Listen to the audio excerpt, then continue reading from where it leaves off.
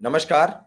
आप देख रहे हैं स्पेशल कवरेज न्यूज। मैं हूं आपके साथ शिव कुमार मिश्रा। हमारे साथ हैं प्रत्यक्ष मिश्रा, पत्रकार हैं, रिसर्चर हैं। स्वागत और अभिनंदन। धन्यवाद मिश्रा जी। बिहार में जीविका दीदी का बड़ा जोर शोर है। हो भी क्यों ना, 10,000 का मामला है और इस मामले से भारतीय जनता पार्टी ने 2 राज्यों में परचम लहराए। पहला राज्य था मध्य प्रदेश, जहां कांग्रेस में खींचातानी मची थी कि जब सरकार बनेगी तो कौन सा विभाग किसको मिलेगा। कमलनाथ को इतना अहंकार हो गया था कि वो घर से निकलते नहीं थे, प्रचार को भी नहीं जाते थे, क्योंकि वो मुख्यमंत्री की शपथ ले चुके थे। ये वो दिखावा था, जबकि उनका internal pact Bharatiya Janata party से हो चुका था कि वो प्रचार को नहीं निकलेंगे, वो कुछ नहीं करेंगे, केवल उनका जो कारोबार है उस पर ईडी सीबीआई की रहमो करम बना रहे। कांग्रेस के लोग ये देर से समझ पाए, लेकिन जब तक समझे तब तक सब लुट चुका था। उसी समय मध्य प्रदेश में 2,500 रुपया सबके अकाउंट में भेज दिए गए, जिसका कांग्रेस के कमलनाथ ने खुलकर विरोध नहीं किया। कोर्ट नहीं गए, कहीं नहीं गए कि चुनाव आचार संहिता में आखिर ये 2,500 रुपया रिलीज कैसे किया गया। इसी तरीके का प्रैक्टिकल किया गया महाराष्ट्र में। वहां लाड़की बहना योजना चलाई गई, यहां लाडली बहना योजना चलाई गई। अब जीविका दीदी के नाम से बिहार में एक बार फिर परचम लहराने की प्रयास किया गया है। लेकिन इस दौरान जो आज ये मतलब कल जो खबर आई थी, ये वीडियो दिन में आज जाएगा, तो कल जो खबर आई थी उसमें एक आरजेडी की कार्यकर्ता की हिंसा में जान ले ली गई। और ये कब हुई? जब जंगल राज की बात कर रहे थे। ये कब हुई? जब प्रधानमंत्री जी उसी बिहार में थे, गृह मंत्री बिहार में थे, जे बीजेपी के राष्ट्रीय अध्यक्ष बिहार में थे। उसी दौरान हिंसा होती है। औरों के जंगल राज का बखान करने वाले 20 वर्ष पुराना आज फिर बिहार में जंगल राज रहा। यह साबित हो गया। एक एएसआई की जान ले ली गई, एक कार्यकर्ता की जान ले ली गई। इस पर हम अलग बात करेंगे। अब ये सर्वे आया है, इस सर्वे का क्या असर पड़ेगा? महिलाओं का वोट सबसे ज्यादा हथियाने वाले नीतीश कुमार क्या एक बार फिर महिलाओं का वोट ले पाएंगे?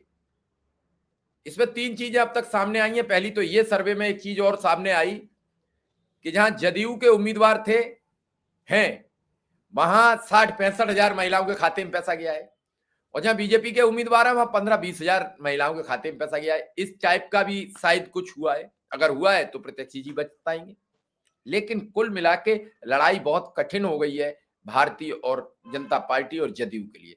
क्या रिपोर्ट है सर्वे की?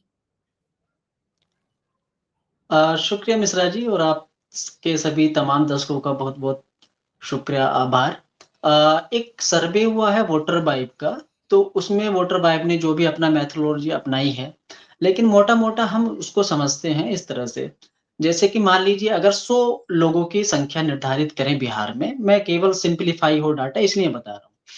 तो अगर 100 महिलाओं के से बातचीत अगर वोटर वाइब ने की है, तो उसमें 85% महिला ऐसी हैं जिसको जीविका दीदी योजना के बारे में जानकारी है। अब जो 85 महिलाएँ हैं, उसमें 94 महिला ऐसी हैं जिन्होंने जीविका दीदी योजना का फॉर्म भरा है। अब जो 94% का जो आंकड़ा है, उसमें 61% ने इस योजना को आगे एम्प्लीफाई करने के लिए प्रोसेस को आगे स्टार्ट किया है, ताकि जो भी अब उनका मकसद है उसको पूरा करें। ख़ैर, जो अब बाकी जो चीज़ें हैं, जो लगभग 22-23% ऐसी महिलाएँ हैं जिन्होंने उनके अकाउंट में पैसा तो आया है 10,000, लेकिन उन्होंने अभी तक उसका कोई यूज़ नहीं किया। तो जैसा आपने भी ज़िक्र किया कि बिहार में जो नीतीश कुमार सत्ता में सबसे लंबे समय तक बने रहने का उनका कारण ये भी है कि जो महिला वोटर है, उनको सबसे ज़्यादा इंटैक्ट है, उनके साथ सबसे ज़्यादा इंटैक्ट है। अगर आप बात करेंगे 2008 की, तो 2008 में परिसीमन हुआ। परिसीमन के बाद जो महिला वोटर है, वो सबसे ज़्यादा अगर किसी पार्टी के साथ इंटैक्ट रही है, वो जेडीयू पार्टी है। क्योंकि जो एक बिहार की स्थिति थोड़ा-सा अलग है बाकी राज्यों की, क्योंकि अगर आप बिहार को देखेंगे तो आपको माइग्रेशन को आप इग्नोर नहीं कर सकते। तो होता क्या है, जो बिहार में पुरुष तो माइग्रेशन करता है लेकिन महिला माइग्रेशन नहीं करती है। तो इस वजह से होता है कि जो माइग्रेट पुरुष होता है, वो वोट डालने के लिए बहुत कम लोग ऐसे हैं जो वापस आते हैं, या जैसे आप अब की बात कर ले तो जो छठ पे लोग आए हुए हैं, दिवाली पे आए हुए हैं, वो हो सकता है कि वोट डाल के जाएँ, लेकिन ज़्यादातर वापसी कर भी चुके हैं, जहाँ पे वो जॉब कर रहे हैं। तो इसमें जो महिलाओं का जो 5% लीड कर जाती है, वो एनडीए की वजह से इसीलिए लीड करते हैं क्योंकि महिलाओं का वोट ज़्यादा होता है। बिहार में 2008 के बाद अगर हम डेटा देखें, तो वोटर टर्नआउट जो है महिलाओं का, वो 5-7% ज़्यादा रहा है पुरुषों की तुलना में। बाकी पूरे देश में कोई भी ऐसा स्टेट नहीं है, जहाँ पे महिलाओं का टर्नआउट ज़्यादा रहता हो। तो एक तो सबसे बड़ा कारण ये है। दूसरा बात ये, जैसे हम अभी लोकसभा चुनाव हुआ है उसकी बात करें तो लगभग-लगभग वोटर परसेंटेज जो है वो बराबर रहा है, वोट शेयर बराबर रहा है। उसके पहले अगर हम विधानसभा चुनाव की बात करें तो 0.5% से हार-जीत तय हुई है, तो उसमें भी लगभग 37% के आसपास वोट शेयर रहा है। अब हम इसमें बात करते हैं जो गठबंधन दल के इसकी तुलना करते हैं जो गठबंधन दल है, क्योंकि जो आरएलएसपी है, पहले वो उनके साथ नहीं थी, एनडीए के साथ नहीं थी, अब उनके साथ गई है। और इसमें उपेंद्र कुशवाहा उनके साथ नहीं थे पहले, अब उनके साथ गए हैं, चिराग पासवान उनके साथ गए हैं, तो चिराग पासवान का भी लगभग 6% वोट शेयर उनके साथ गया है। लेकिन एनडीए में जैसे टूट भी हुई है, बाकी गठबंधन दल जो इंडिया गठबंधन में नहीं थे, या तो वो पहले निर्दलीय लड़े थे और अब उनके साथ आ गए हैं, या फिर एनडीए से टूट के उनके साथ आ गए हैं। तो अब इसमें हुआ ये है, जो मांझी साहब हैं, जो एनडीए के जो बड़े चेहरे हैं, उनका हम कह सकते हैं कि फेस वैल्यू है एनडीए के पास, लेकिन इंडिया गठबंधन की अभी थोड़ा-सा बात की जाए तो इस आंकड़े में थोड़ा-सा कम नज़र आती है। इसका कारण ये है, एक तरफ जैसे आप प्रधानमंत्री साहब की बात करें, बड़े चेहरे हैं, उनको एक ब्रांड के तौर पे प्रोजेक्ट भी किया जाता है, या बाकी आप अमित शाह की बात करें या नीतीश कुमार, एक ईबीसी, ओबीसी है, वो सभी पूरे दल के लिए, सभी के लिए, सभी वर्गों के लिए एक बहुत बड़े चेहरे हैं। तो जो वोट शेयर की बात मैं कर रहा हूँ, वो इसलिए कह रहा हूँ क्योंकि जो एक लगभग बराबर का वोट शेयर पहले भी था, लेकिन अब वो एनडीए के पक्ष में इस स्कीम से ज़्यादा जा रहा है। उसका कारण ये है, बिहार में अभी जो एसआईआर हुआ है, उसके बाद 7 करोड़ 42 लाख जनसंख्या बिहार की है, जो वोटर लिस्ट में दर्ज है। इसके बाद आप करिए कि महिला संख्या कितनी है उसमें, तो उसमें 3 करोड़ 60 लाख महिलाएँ हैं। अब 3 करोड़ 60 लाख महिलाओं की अब आप मान लीजिए, एक जो फैमिली होती है, उसमें एक आइडियल कंडीशन ये होती है कि 5 लोग तो होते ही होते हैं। लेकिन आप महिलाओं की अगर स्थिति की बात करेंगे, तो अगर 5 लोगों की फैमिली है, तो उसमें 1 महिला तो कम से कम होगी ही होगी, कहीं पे 2-3 भी हो सकती हैं, लेकिन हम 1 मान के चलते हैं। तो आप 3 करोड़ 60 लाख में अगर आप इसको काउंट करेंगे तो 1 करोड़ 21 लाख के आसपास जनसंख्या निकल के आएगी। तो आप इसी से डाटा से समझ सकते हैं कि कितना बड़ा गेम इस बार चुनाव में होने जा रहा है। 1 करोड़ 21 लाख महिलाओं को अगर पैसा दिया जाता है जीविका दीदी योजना का, और जैसा आपने ज़िक्र भी किया कि हम मान लें कि इसमें 20-30% कहीं पैसा हुआ कि पैसा नहीं मिला या देरी से पहुँचा, क्योंकि अभी ऐसा भी है कि पहली किस्त नहीं पहुँची, दूसरी किस्त अभी शायद 28 अक्टूबर को उन्होंने जारी भी की है, और पहले चरण का जब चुनाव होगा तो 8 नवंबर के आसपास भी जारी की जाएगी। और इसमें कमाल की बात ये है, जो विपक्षी गठबंधन है वो इस पे ऐतराज़ भी नहीं जता सकता। अगर ऐसा करेगा, कोर्ट में जाने की प्रावधान भी उनके पास नहीं बचा है। अगर ऐसा करेगा तो फिर एक जो उनकी छवि है इंडिया गठबंधन की, एक एंटी वुमन के तौर पर प्रोजेक्ट होगी। और मैं चाहता हूँ कि इंडिया गठबंधन ऐसी स्थिति में खड़ा है, जहाँ पर वो इससे बिल्कुल बचना चाहेगा। बाकी वो इश्यूज़ पे चाहे कहीं भी डाइवर्ट करे ध्यान, लेकिन कम से कम इधर तो लौटने वाला नहीं है। तो मैं ये मान के चल रहा हूँ, जो लगभग-लगभग वोट शेयर बराबर था, जीविका दीदी योजना ने बहुत बड़ा इम्पैक्ट महिलाओं पे डाला है। आप इस बात को मानिए या ना मानिए। अब जो वोट करने वाली बात है, वो थोड़ा-सा अलग-अलग कारकों पे भी डिपेंड करती है। जैसे मान लीजिए कई जो विधानसभा क्षेत्र होते हैं, वहाँ पे ये भी डिपेंड करता है कि आपने कैंडिडेट कैसा दिया है। और जो जातीय समीकरण है, आप बिल्कुल उसको इग्नोर नहीं कर सकते। तो जो सर्वे कहता है, जो सर्वे ये कहता है कि जो जातीय समीकरण है, तो 1/3 जो लोग हैं, उसके आधार पर अपना फैसला लेते हैं। अब उनमें लगभग 5-7% ऐसे वोटर होते हैं, जो अंत में फैसला लेते हैं। जैसे चुनाव अगर कल होना है, तो या तो आज डिसाइड कर लेंगे, या जैसे कल बटन दबाने जाएँगे तब डिसाइड करेंगे। तो आप इसकी जो तुलना है, ऐसे भी नहीं कर सकते कि लगभग-लगभग बराबर का मैच होने जा रहा है, क्योंकि ऐसा नहीं है कि एनडीए बहुत बड़ी लीड में है। देखिए एंटी इनकम्बेंसी उनके खिलाफ है, बहुत बड़ी एंटी इनकम्बेंसी है। लेकिन जो सर्वे में सामने आया वो मोटे तौर पे ये भी है कि जो महिलाएँ हैं वो ये मानती हैं कि हाँ, जो सुशासन की छवि है उसको लेके थोड़ा-सा मतलब सहमत हैं। इतना मतलब नाराज़गी भी है बाकी इश्यूज़ पे कि मेरे बच्चे को रोज़गार क्यों नहीं मिल रहा, वो डिग्री लेके घर बैठा हुआ है। लेकिन जो 10,000 का इम्पैक्ट है, अब आप इससे समझ सकते हैं कि जो बिहार की जो पर कैपिटा इनकम है वो ₹5400 है, पर कैपिटा इनकम।